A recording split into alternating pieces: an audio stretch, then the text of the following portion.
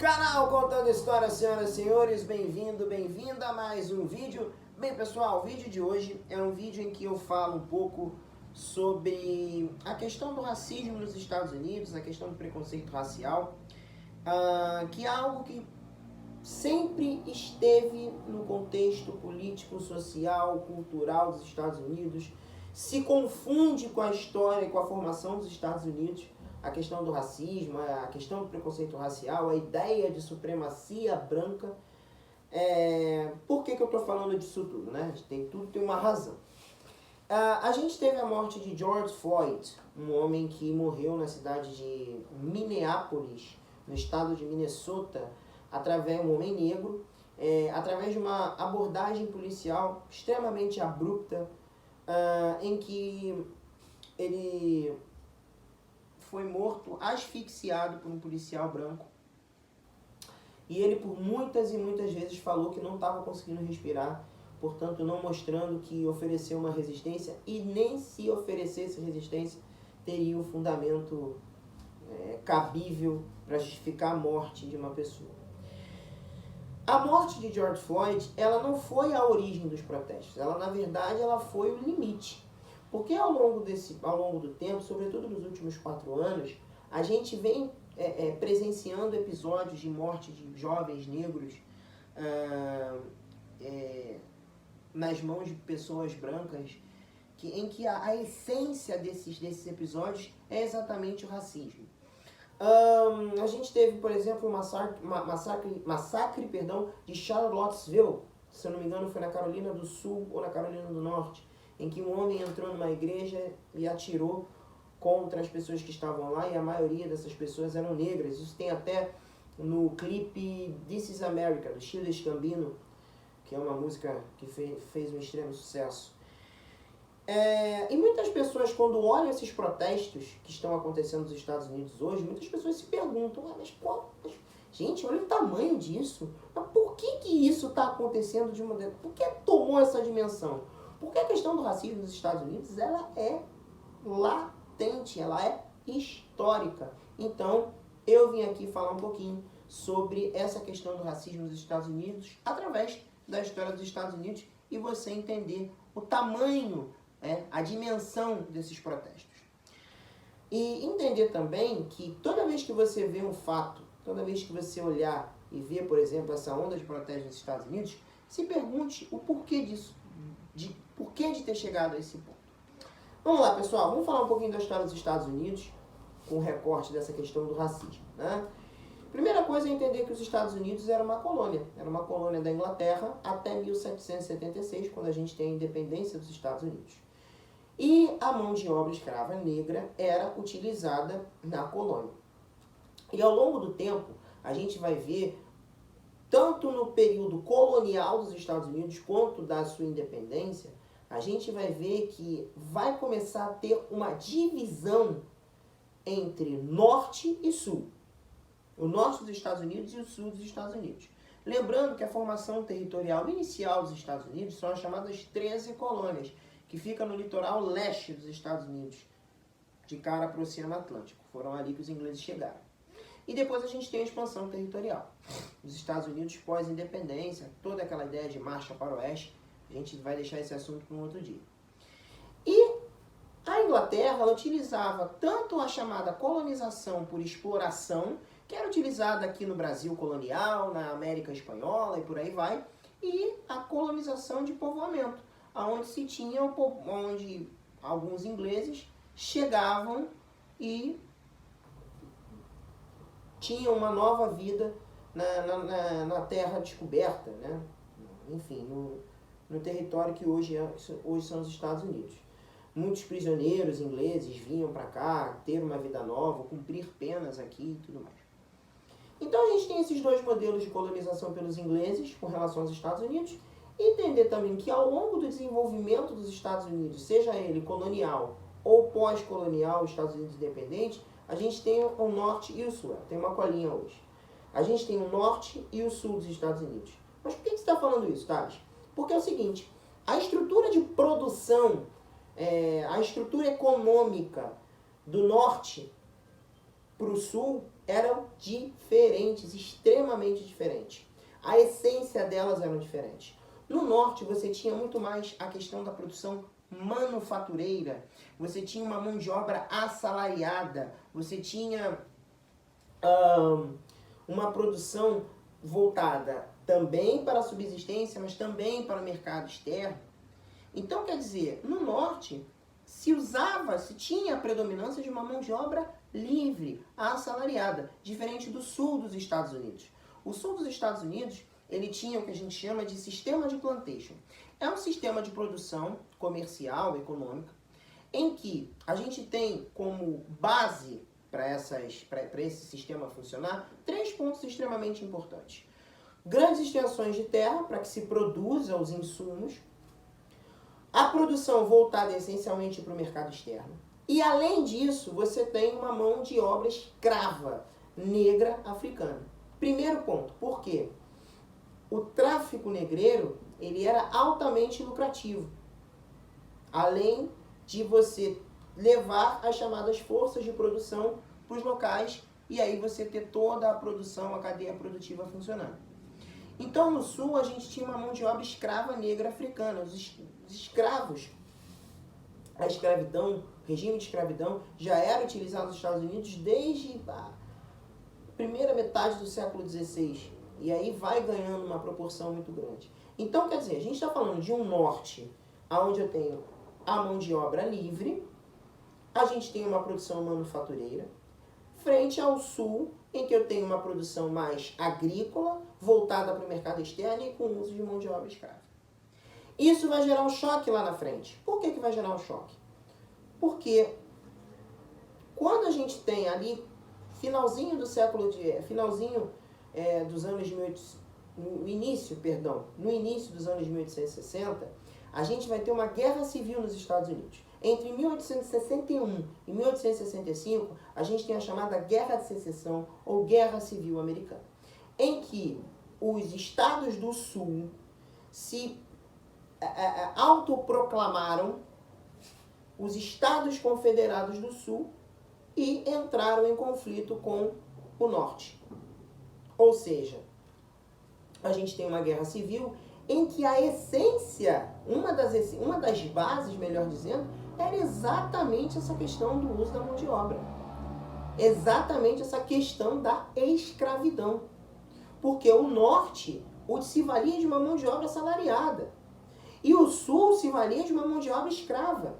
E o Sul não queria perder esse contexto. Então, obviamente, existem outros fatores. Um dos fatores para essa guerra explodir nos Estados Unidos é a questão da escravidão. E em 1863, o presidente dos Estados Unidos, Abraham Lincoln, à época, o presidente do Norte, oriundo do Norte, tinha toda essa mentalidade que os nortistas tinham. Ele assina um decreto que vai abolir a escravidão nos Estados Unidos. E isso vai dar um gás a mais no conflito, mas em 1863 a gente tem a abolição da escravidão nos Estados Unidos. E com o Norte tentando sempre incorporar os estados do Sul e você resolver essa tensão. Essa tensão da Guerra Civil Americana ela é resolvida em 1865. Mas em 1865, no estado do Tennessee, a gente tem a criação da chamada Ku Klux Klan. A Ku Klux Klan, ou KKK, era um grupo supremacista que entendia a ideia de supremacia do povo branco com relação aos negros. Então, passado isso, vamos parar para entender a seguinte coisa. Dentro desse contexto todo, vocês vão perceber que ao longo do tempo, os estados sulistas, os estados do sul, mesmo com a abolição da escravatura, vão desenvolver essa questão do racismo muito mais forte, até porque esses estados do sul dos Estados Unidos, Texas, Tennessee, Louisiana, esses estados vão desenvolver a questão do racismo de uma maneira muito mais latente, de uma maneira forte. Isso pode ser visto no filme chamado Django Livre, do Quentin Tarantino, de como os negros escravos americanos eram tratados. É um filme excelente com Jamie Foxx e Leonardo DiCaprio. Então, a Ku Klux Klan foi criada no estado sulista, no estado do Tennessee. E que vocês vão ver lá na frente que um dos grandes nomes na luta pelos direitos civis dos negros dos Estados Unidos, que era o Martin Luther King, foi morto em Memphis, no Tennessee. Beleza? Continuando. Então, em 1865, depois do fim da Guerra de Secessão, a gente tem a criação desse grupo considerado supremacista chamado Ku Klux Klan, que existe até hoje, existe até os dias de hoje. E ao longo do tempo a gente vai ver que muitos desses escravos que foram libertos,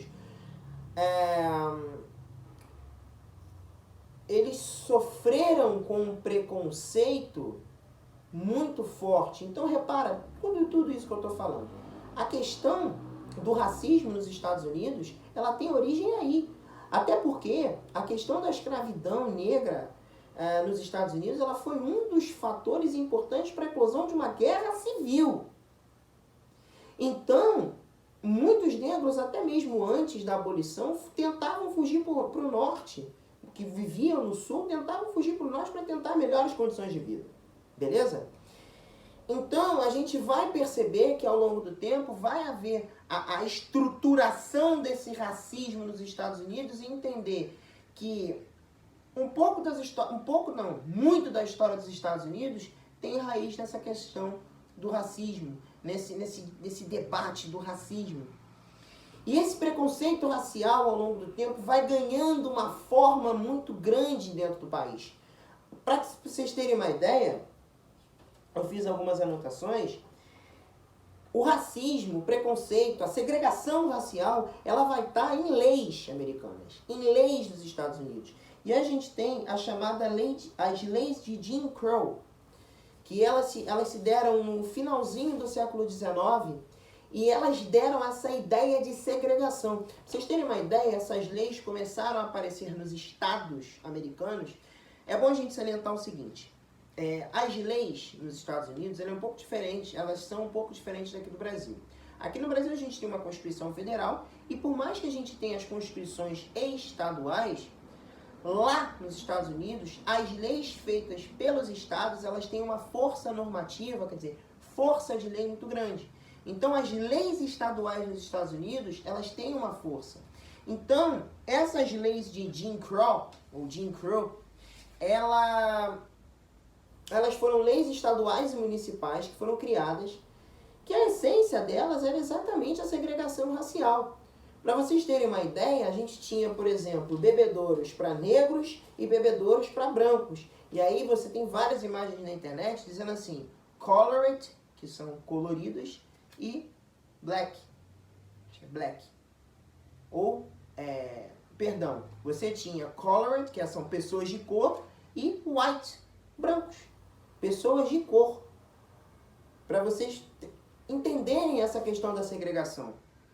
Então, quando a gente tem isso, a gente tem uma legitimidade jurídica da segregação racial nos Estados Unidos.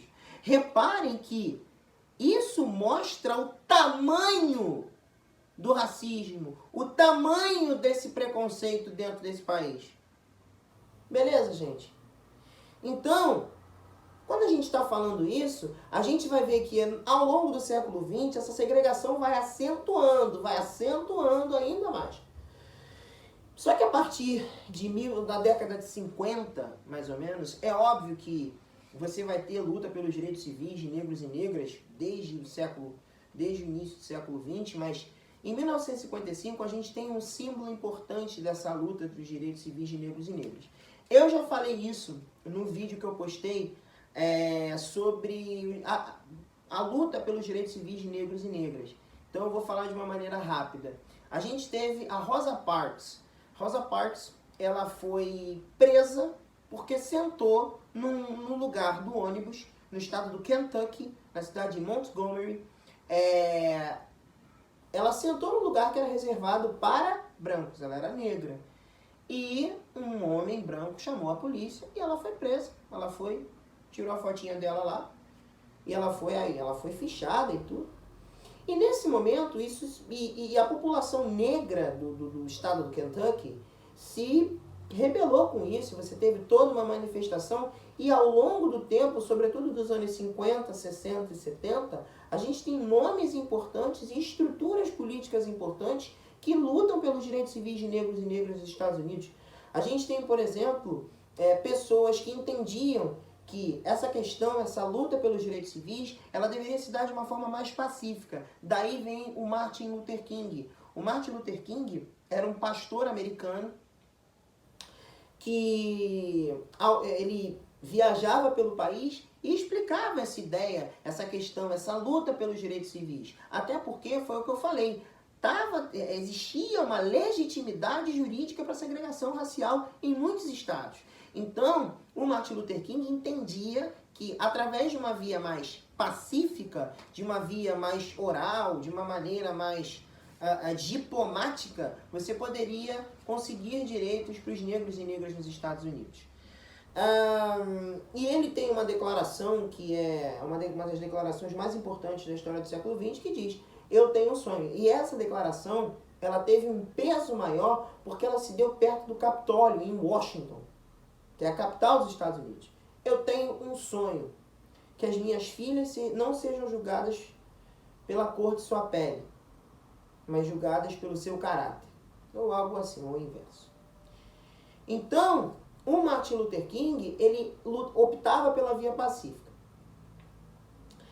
E para se ter uma ideia, ele foi assassinado por essa questão em 1968, no estado do Tennessee. Se você está prestando atenção no vídeo, eu falei lá atrás que a Ku Klux Klan foi formada no estado do Tennessee, um estado sulista. Para vocês verem o seguinte, que a questão do racismo, ela percorre séculos nos Estados Unidos. Séculos. Então, quando você entende que não é uma coincidência, o fato dele ter sido morto em Memphis, no estado do Tennessee, um estado sulista, mostra que o racismo percorreu mais de 100 anos. E que essa luta pelos direitos civis de negros e negras, ela é legítima, obviamente. Mas que seria uma luta duríssima. Porque estamos falando de algo histórico. A gente tem aí existem outras estruturas, outros nomes, que já entendiam que a forma pacífica não seria uma forma adequada. Por exemplo, Malcolm X. Malcolm X, que é um outro personagem da história da luta pelos direitos civis dos negros e negras nos Estados Unidos, ele tinha um ideário socialista, e ele entendia o seguinte, que a violência deveria ser usada como forma de defesa aos ataques que eram feitos pelos segregacionistas, ou por brancos, ou por racistas, ou pelos dois, enfim. Ele também é morto. Ele é morto 3 anos antes do Martin Luther King. Ele é morto em 1965. Além disso, você tem a criação do Partido dos Panteras Negras, que era um partido de cunho socialista e que foi a síntese dentro de uma estrutura partidária, dentro de uma estrutura política, dessa luta pelos direitos civis dos negros e negras nos Estados Unidos. Além disso, a gente tem a criação de um movimento cultural, de um movimento onde onde um dos símbolos mais importantes é o cabelo, Black Power. Muita gente fala, como cabelo Black Power? Se você traduzir, é poder preto, poder negro. Porque, na verdade, o Black Power não era só um cabelo, não era só um estilo de cabelo. Era, na verdade, um símbolo político. E se você assistiu, como eu assisti Big Brother Brasil, porque nessa quarentena era uma das nossas únicas diversões, você tem uma frase que eu acho que é uma frase linda, que o Babu Santana fala, que diz o seguinte: o black é a coroa e o pente é a libertação. É exatamente isso, é entender que esse Black Power não era só um estilo de cabelo ou uma maneira de você se pentear. Era, na verdade, um símbolo de uma luta política, um símbolo político dessa luta pelos direitos civis de negros e negras nos Estados Unidos. Além disso, a gente tem um nome que eu já falei também no vídeo em que eu falo desse assunto que eu estou abordando agora, é Muhammad Ali, ou Cassius Clay, né? Cassius Marcellus Clay Jr. É um dos maiores nomes do boxe mundial, da história do boxe. É um campeão olímpico que, quando foi almoçar no restaurante no estado do Kentucky, ele não negaram atendimento a ele. Negaram atendimento. Então, ele pegou a medalha de ouro que ele ganhou nas Olimpíadas de Roma em 1960 e jogou no Rio. Pois é. Então, o que acontece? O que eu estou mostrando para vocês é o seguinte, é que tudo isso que está acontecendo hoje tem uma origem histórica. Tem uma base histórica. E ao longo do tempo a gente vai vendo essa luta pelos direitos civis de negros e negras, novos personagens. A gente tem na década de 1990 a ascensão de rappers importantes como Tupac, ou Tupac, peço perdão se eu errei a pronúncia, em que ele também fala dessa questão dos negros e negras através das suas letras, entre outros rappers importantes, Ice Cube também. E hoje, nos anos 2000, 2010, a gente tem ainda essa luta pelos direitos de negros e negras nos Estados Unidos, por mais que todas aquelas legislações, toda aquela questão jurídica tenha ficado para trás, hoje a gente vê um racismo extremamente latente nos Estados Unidos. E a síntese dessa luta dos direitos civis, ela teve um símbolo importante. Em 2008, um cara chamado Barack Hussein Obama foi eleito presidente dos Estados Unidos, o primeiro presidente negro da história dos Estados Unidos. Gente, a eleição dele, independente da ideologia que ele seguiu, que ele segue, ele era do Partido Democrata, a importância que se deu com a eleição do Barack Obama mostra o seguinte, a importância disso é o seguinte, que a luta de Martin Luther King, que a luta de Malcolm X, que a luta dos Panteras Negras, elas valeram a pena. Elas valeram a pena. Quando a gente olha e vê a luta pelos direitos civis, isso está em diversos documentários, diversos filmes. Tem diversos filmes, eu vou colocar uma lista para vocês de alguns filmes sobre a questão do racismo e da luta dos direitos civis de negros e negras nos Estados Unidos, que mostram isso, que mostram tudo isso que eu estou falando aqui. E hoje, se a gente parar para pensar, a gente tem, dentro do contexto do entretenimento, do esporte dos Estados Unidos, ídolos negros, muitos ídolos negros, por exemplo, sobretudo no basquete. Eu vou citar aqui 5, eu sou fã. LeBron James, Kevin Durant, Stephen Curry, Michael Jordan, Kobe Bryant, que Deus o tenha. A gente tem, por exemplo, um casal que tem uma das maiores cantoras do século XXI, uma das maiores cantoras que eu já vi cantar, por exemplo, Beyoncé, Jay-Z, um dos rappers mais ricos do mundo. Então, quer dizer, a gente tem todo esse... Hoje, né, no século XXI, nós temos hoje diversos personagens que fazem parte do nosso cotidiano de entretenimento, de esportes e tudo mais, que levantam essa bandeira, que mostram que ainda existe racismo, preconceito racial, que existe